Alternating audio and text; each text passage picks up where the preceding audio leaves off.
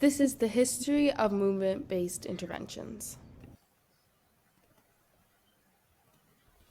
Where did movement-based interventions originate from?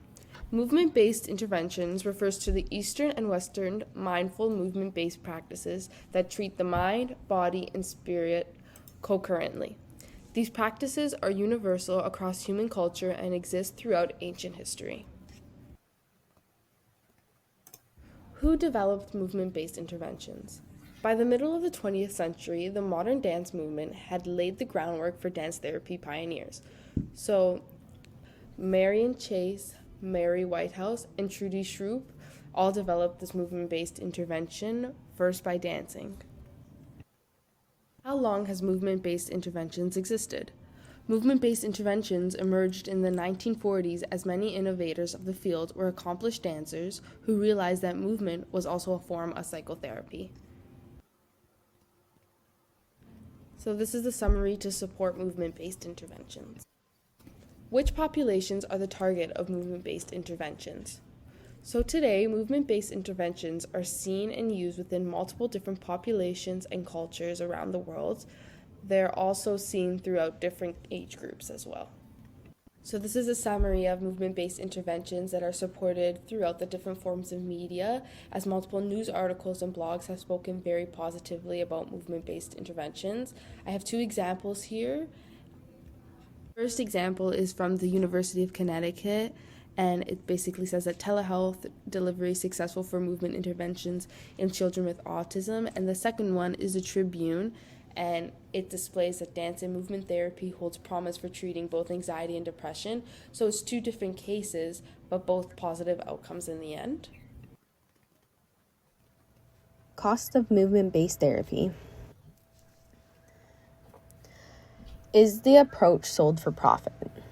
Looking at various services that are movement-based, it seems to be that they are for profit.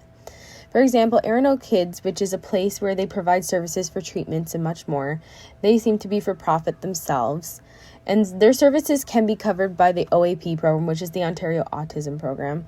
But some of their services are not, just like the movement-based interventions. But also while searching their website, I did notice they themselves did not offer movement-based approaches, but they did have a page that had recommendations for other businesses that offered it.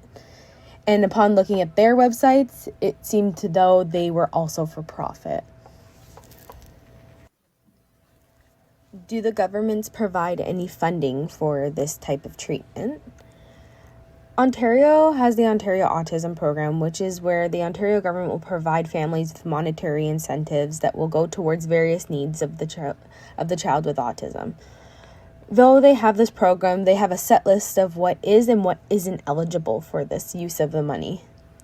While taking a look at what is and what is not eligible for the money, movement-based therapy was not on the list of being eligible for funding. The services that were approved were occupational therapy, speech and language, and physiotherapy. It also mentions that anything that is not on the eligible list would not be something that could be used for the funding at all. Although the government doesn't provide any assistance for this specific treatment, I did come across on the Erin Oaks website a page that had some funding options for families for movement-based activities that is not government run. They were like Canadian Tire Jumpstart and Kids Sport Ontario. These possibly, depending on the type of movement activity, could help cover some of these type of activities.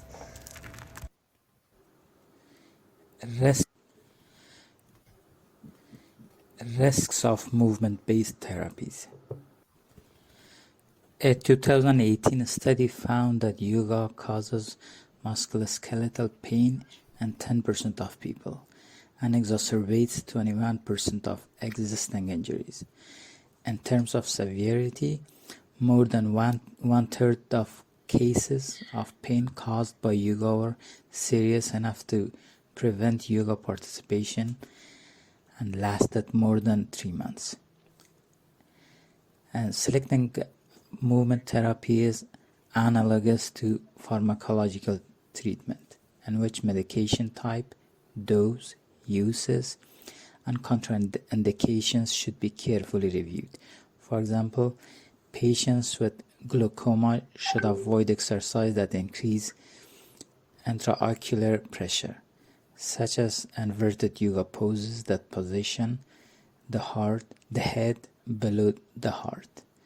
Common risks associated with movement-based therapies are sprain and strains, swollen muscles, pain along the shin bone, knee joint pains, injuries, and Achilles tendon injuries. There has been many cases that the treatments, the movement therapy, movement-based therapies, and all other treatments are sold to patients with intellectual disability or autism. One case was in Cook County, Illinois in 2010, where the father says it's fraud, pure and simple. And they made a lot of money off my family, and they are making a lot of money off a lot of families. The person's name is Koman, and in an interview with ABC News. And the two doctors, Dr. Anjem Usman and Dr. Daniel Rosinol, over the treatment of his 7-year-old son with autism, took a lot of money from him. That now the case is in the court and going on. These doctors were part of Defeat Autism Now group, part of the Autism Research Institute. The group advocates a number of autism treatment discredited by mainstream doctors. 30 different vitamins, supplements, and the use of intravenous chelation therapy was administered 37 times. And also they haven't seen, one of them just was doing the treatment over the phone and haven't seen the patient at all. And these families will contact anywhere that they see that there is a hope of treatment for their child. And that makes them susceptible and vulnerable against fraudulent therapies. Next, we will be talking movement-based interventions for ASD, also referred to as autism movement therapy, includes a list of physical interventions such as yoga, sensory integration, gross motor activities, and daily routines, but focuses mainly on music and movement in order to help stimulate transmission of information in the brain. In terms of providers for AMT, it's mainly practiced in North America, specifically the United States, but can be found in Canada and in the United Kingdom from US-based organizations such as Autism Speaks. Social media is almost exclusively through promoters of these treatments and can be seen in several websites, books, and print magazines, as well as privately funded therapy organizations.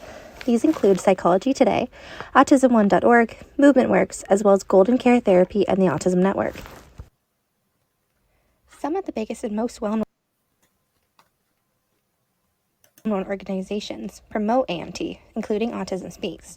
Each example of supporters to this treatment uses information based off of Autism Movement Therapy Inc., founded by Joanna Lara, a dancer-actor with a master's in special education.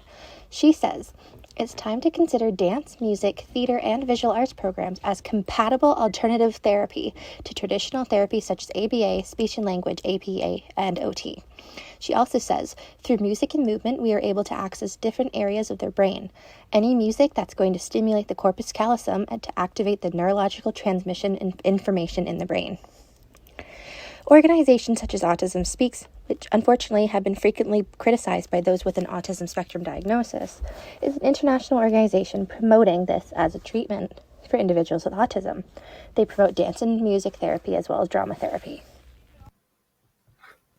Treatment perceived in terms of evidence-based practice.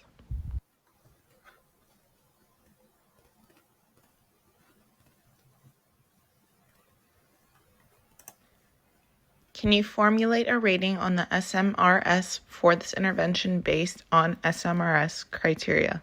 According to the Scientific Merit Scale, movement-based interventions would score somewhere in the range of 2, as it has a national presence in the interventions methodology, has provided successful results across varying genders, ages, and other different variables, making it somewhere in the 2 to 2.9 scale. Does this intervention have any evidence to support this?